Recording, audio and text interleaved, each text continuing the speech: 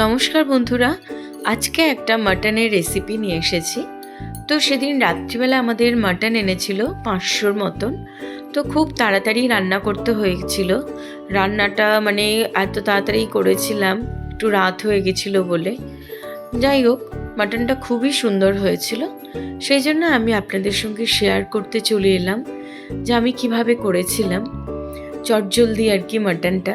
তো এখানে আমি 500 মাটন নিয়েছি এর সঙ্গে একটু শুকনো গরম মশলা, গোটা গরম মশলা, একটা তেজপাতা, কয়েকটা লবঙ্গ, একটু গোটা জিরে, এখানে নিয়েছি এলাচ দানা কয়েকটা, দারচিনি আর একটা স্টার এনিস নিয়েছি। এই স্টার এনিসের মধ্যে পুরোটা আমি দেব না, একটা ফুল ওখানে ভেঙে নিয়েছি। দেখুন, এই যে পাশে ফুলটা ভাঙা আছে, এইটুকুই আমি দেব, আর কিন্তু দেব না। বেশি দিলে কিন্তু খেতে ভালো লাগবে না। নিয়েছি এখানে আমি 3টে আলুটাকে আমি এরমভাবে বড় বড় করে কেটে নিয়েছি 2টো বড় পেঁয়াজটাকেও খুব সুন্দর স্লাইস করে নিয়েছি। আর নিয়েছি এখানে একটু শুকনো লঙ্কা আর গোটা রসুন আর একটু আদা। এই শুকনো লঙ্কা, আদা, রসুনটা আমি একসঙ্গেই পেস্ট করে নেব। নিয়েছি একটু টক দই। এবারে আমি গ্যাসে একটা কড়া বসিয়ে দিচ্ছি, দিয়ে আমি কিছুটা সর্ষের তেল দিয়ে দিলাম। দিয়ে আমি যে আলুগুলো কেটে ধুয়ে রেখেছি সেই আলুগুলো আমি ভেজে নেব। আলুগুলো একে একে দিয়ে একটু নুন হলুদ দিয়ে আমি ভালো করে নাড়াচাড়া করে নামিয়ে নিয়েছি। দেখুন, আরও একটু সর্ষের তেল দিয়ে দেব। এই সর্ষের তেলের কৌটোটা আমার নতুন, একদম জারটা, কৌটো বললাম, সরি। খুব সুন্দর দেখতে না? তেলটা গরম হয়ে যেতেই আমি গোটা গরম মশলাটা দিয়ে দিয়েছি। দিতেই গোটা গরম মশলাটা দিয়ে একটু সুগন্ধ বেরোতেই আমি ওর মধ্যে দিয়ে দিয়েছি পেঁয়াজ, দিয়ে ভালো করে নাড়াচাড়া করে নিলাম। পেঁয়াজটা যতক্ষণ ভাজা হচ্ছে ততক্ষণ আমি দইটা নিয়ে নিচ্ছি। এখানে আমি 3 চামচ দই দিয়েছি। পেঁয়াজটা আমার ভাজা হয়ে গেছে। আমি এবারে মাটনটা দিয়ে দিচ্ছি ওই ভাজা পেঁয়াজটার মধ্যে। মাটনটার মধ্যে আমার একটু চর্বি ছিল বলে আমি একটু তেলটা কমই রেখেছিলাম। তো মাটনটা ভালো করে আমি নেড়ে চেড়ে নিচ্ছি। নেড়ে ভালো করে আমি কষিয়ে নেব। এবার এদিকে আমি একটা বোলের মধ্যে দই নিয়েছিলাম 3 চামচ।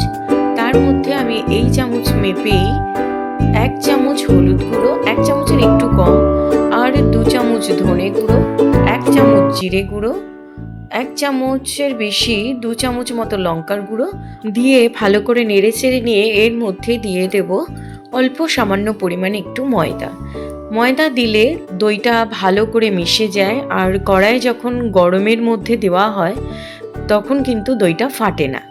এদিকে আমি একটা বাটির মধ্যে মাটনের চর্বিটা গরম জল দিয়ে ভালো করে ধুয়ে নিয়েছি। মাটনটা আমার ভালো করে ভাজা হয়ে গেছে। এইবার আমি এর মধ্যে যে পেস্টটা করে রেখেছিলাম লঙ্কা, আদা, রসুনের, সেই পেস্টটা আমি দিয়ে দিলাম। পেস্টটা দিয়ে আবারও আমি ভালো করে নাড়াচাড়া করে কষিয়ে নেব।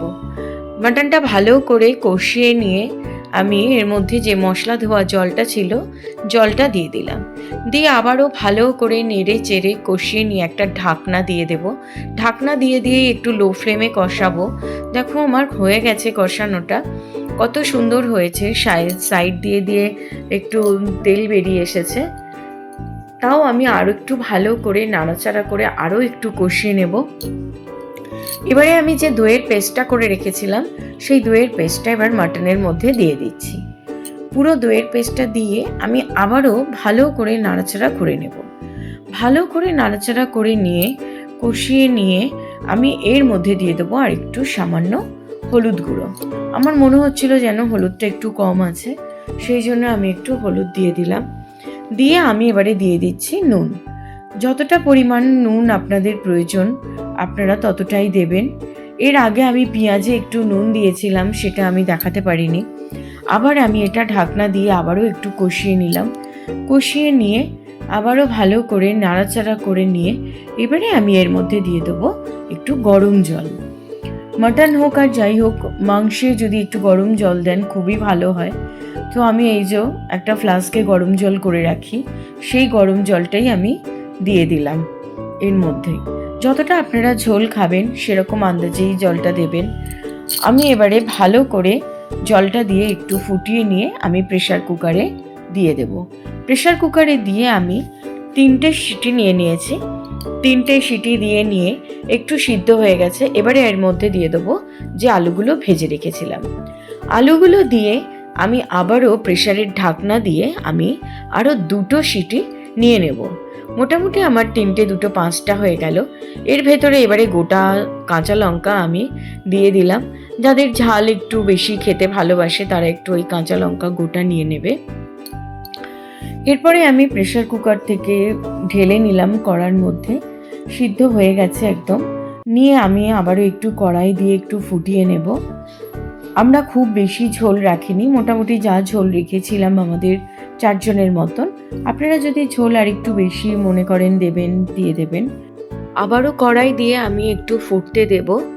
এই সময় আমি যে চর্বিগুলো আমি গরম জলে ধুয়ে রেখেছিলাম, একটু মশলা মাখিয়ে রেখেছিলাম, সেই মটনের চর্বিগুলো এই সময় আমি দিয়ে দেব। দিয়ে একটু ভালো করে ফুটিয়ে নেব, না হলে তো চর্বিগুলো সিদ্ধ হবে না। তো ভালো করে ফুটিয়ে নিয়ে আমি এর মধ্যে দিয়ে দিচ্ছি একটু গরম মশলা, গুঁড়ো গরম মশলা।